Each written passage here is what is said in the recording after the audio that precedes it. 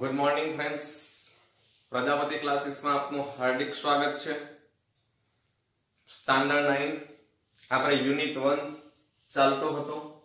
Unit 1 માં ચિત્તા સ્ફિયર્સ બરાબર, અને એમાં આપણે ફર્સ્ટ અને સેકન્ડ વિડિયો જોયા અને એમાં યુનિટ આપણો કમ્પ્લીટ થયો। હવે આપણે ડિસ્કશન ઓફ એક્સરસાઇઝ, થોડીક એક્સરસાઇઝ ની ચર્ચા કરી લઈએ જે exam point of view important છે એ વસ્તુનું ડિસ્કશન કરી લઈએ। વિદ્યાર્થી મિત્રો, તો અહીંયા કંઈક મેં લખેલું છે, write down in your text book note બરાબર।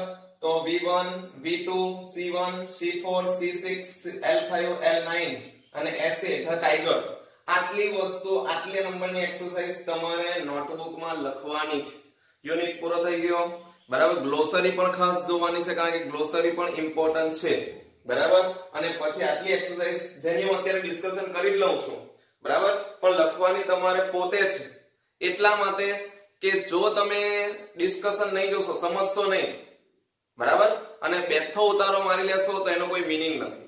એના કરતા હું કંઈક ડિસ્કશન કરું છું એ જો અને બધું તમને જાતે આવડશે। એક્સરસાઇઝ પણ તમે જાતે કરી શકશો બરાબર, કારણ કે તરતા શીખવું હોય તો પાણીમાં તમારે કૂદવું પડે બરાબર, કિનારે બેસીને આવડે નહીં। એટલા માટે થોડી એક્સરસાઇઝ હું ડિસ્કશન કરું છું અને પછી અમુક વસ્તુ તમને જાતે કરવા આપીશ તો તે તમારે જાતે કરવાનું છે। તો ચાલો આપણે એક્સરસાઇઝ જોઈ લઈએ। પેજ નંબર 3 પહેલો છે વોકેબ્યુલરી V1। અહીંયા હું જેટલી ડિસ્કશન કરાવું તેટલી, પરંતુ લખવાની તમારે નોટબુકમાં આટલી છે, એ તમે ખાસ ધ્યાન રાખજો।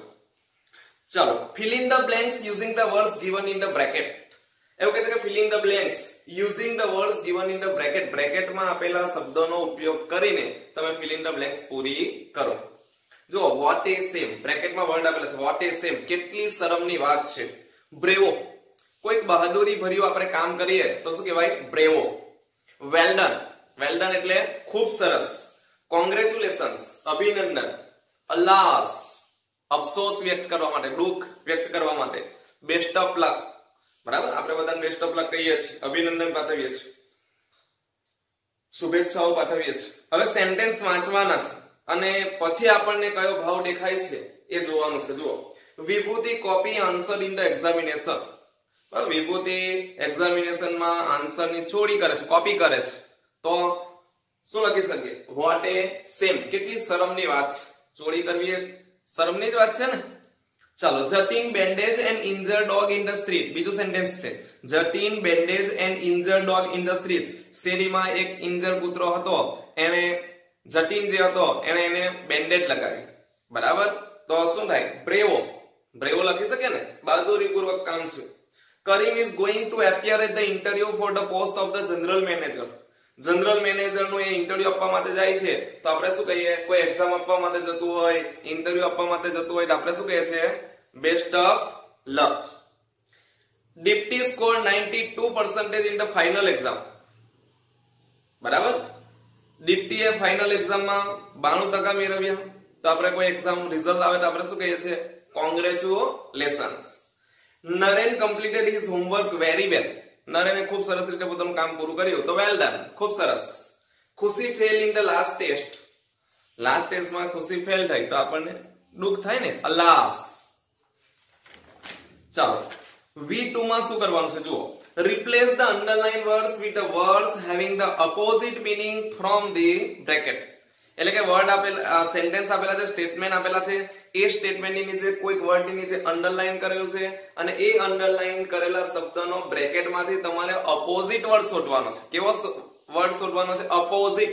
ઓપોઝિટ એટલે વિરોધી બરાબર।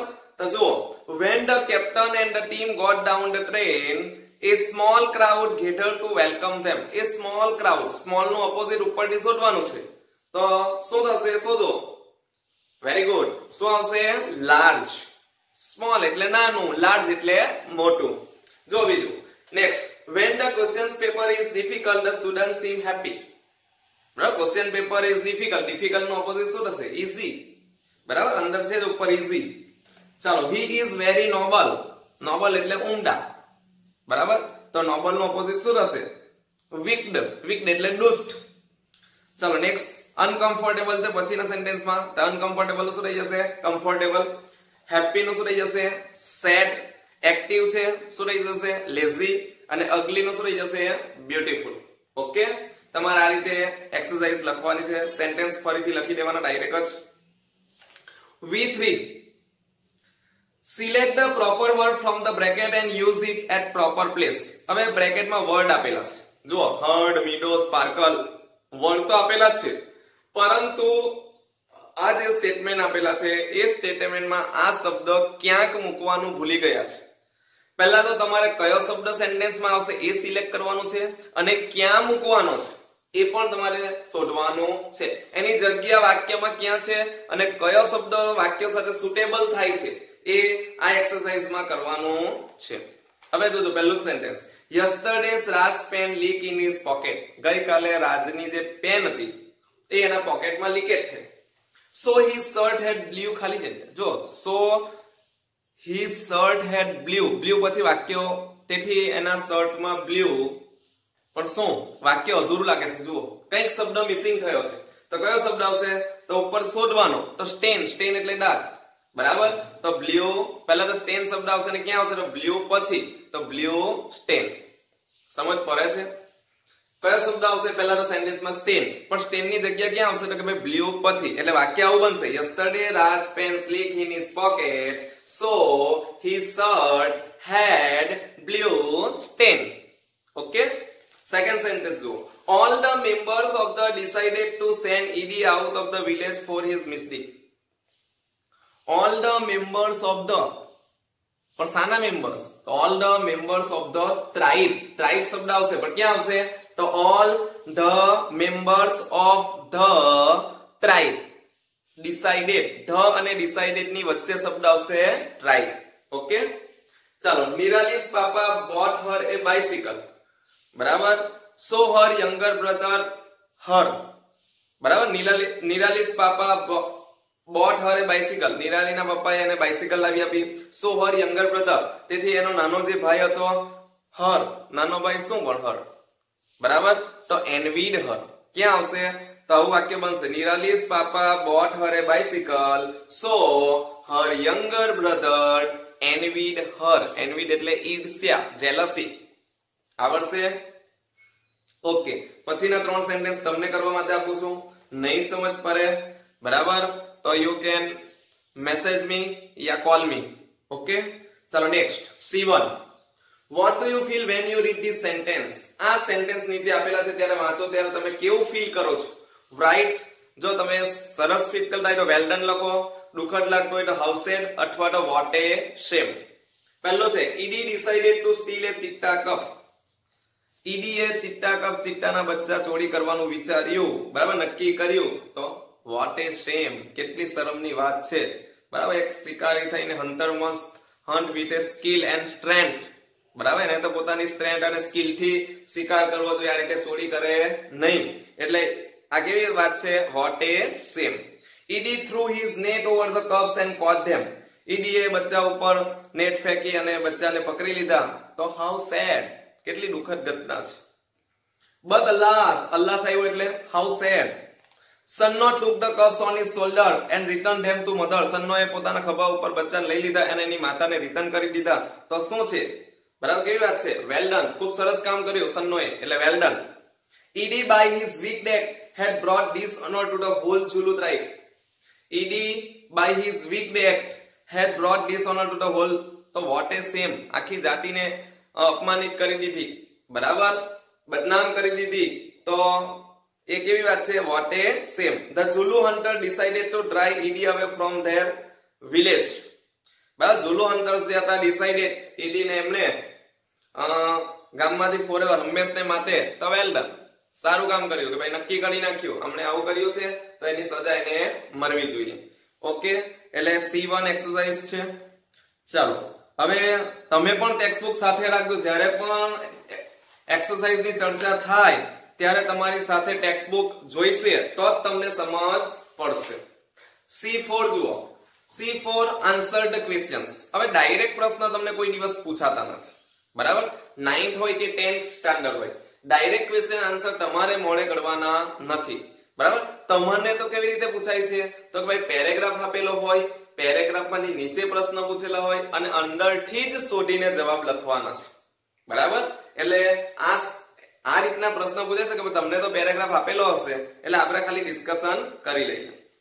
જો આન્સર ધ ક્વેશ્ચન્સ. પહેલો છે which sentences in the text shows that ED was a lazy hunter.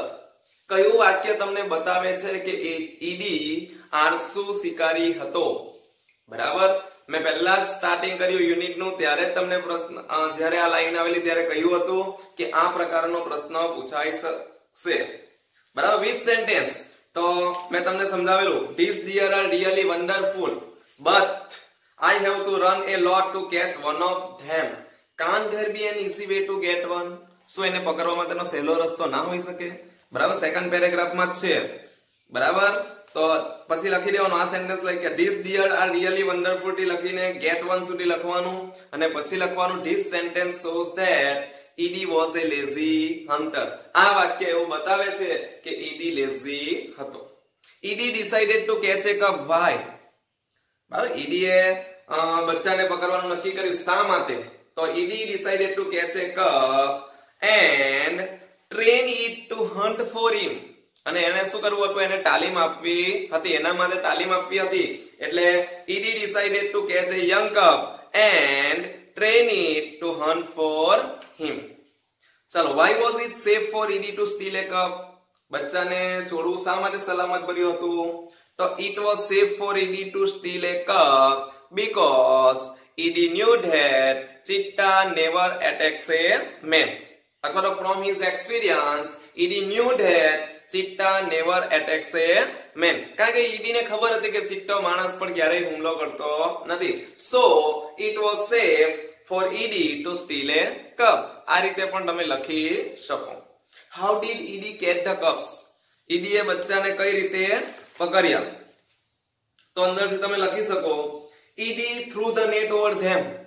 ED એ એમના ઉપર શું ફેંકી? જાર ફેંકી and cubs were caught. અને બચ્ચાને પકડી લીધા. How did mother cheetah react when she did not find her young cubs? જ્યારે માદા ચિત્તા પાણી પીને આવે છે રિટર્ન, પોતાના બચ્ચાને જોતી નથી અથવા તેને મળતા નથી, તો એ કેવું રિએક્શન કરે છે, કેવી પ્રતિક્રિયા આપે છે? તો તમારે લખી શકાય when mother cheetah did not find her young ones she looked around, બરાબર? she became angry and jumped wildly. She became sad and started crying. She cried and cried for the whole night till the next evening. આ તમારે લખવું પડશે. Okay, ચલો next questions. I hate you. You are weak and lazy. Who said this? To whom? આ વાક્ય કોણ બોલે છે, કોને કહે છે? તમને મોસ્ટ ઇમ્પોર્ટન્ટ છે who said to whom પૂછાય છે એટલે તમારે ખાસ ધ્યાન આપવું પડશે કે આ વાક્ય કોણ બોલે છે અને કોને કહે છે. એવું નથી કે આ સેન્ટેન્સ આવે યુનિટમાંથી યુનિટમાંથી કોઈ પણ સેન્ટેન્સ આવે તો તમને ખબર હોવી જોઈએ. તો સન્નો said to ED. How according to Sanno did ED bring dishonor to the Zulu tribe? બરાબર? સન્નોના મતે how did ED એ કઈ રીતે આખી ઝુલુ ટ્રાઇબ ને શિકારી જે જાતિ હતી એને અપમાનિત કરી? તો according to Sanno, according એટલે ના મત અનુસાર, સન્નોના મત મુજબ, according to Sanno ED brought dishonor to the Zulu tribe by stealing the cubs. બરાબર? by stealing the cubs and breaking the rules of the tribe. આ રીતે પણ તમે લખી શકો. અથવા તો તમે અંદર આપેલું છે એ રીતે પણ લખી શકો કે ED was lazy, weak, બરાબર? he was a thief, he has broken the rules of the tribe, બરાબર? આ રીતે એને ED brought dishonor to the Zulu tribe. What decision did the tribesmen take? જાતિ શિકારી જાતિઓએ શું ડિસિઝન લીધું? what decision? બરાબર? તો તમે એવું લખી શકો કે all the members of the tribe decided to drive ED from the village forever. Second નંબરના પેજ ઉપર છેલ્લા પેરેગ્રાફમાં છે ગામમાંથી અંબેશને માટે. અને what is the message of the story of Cheetah's tears?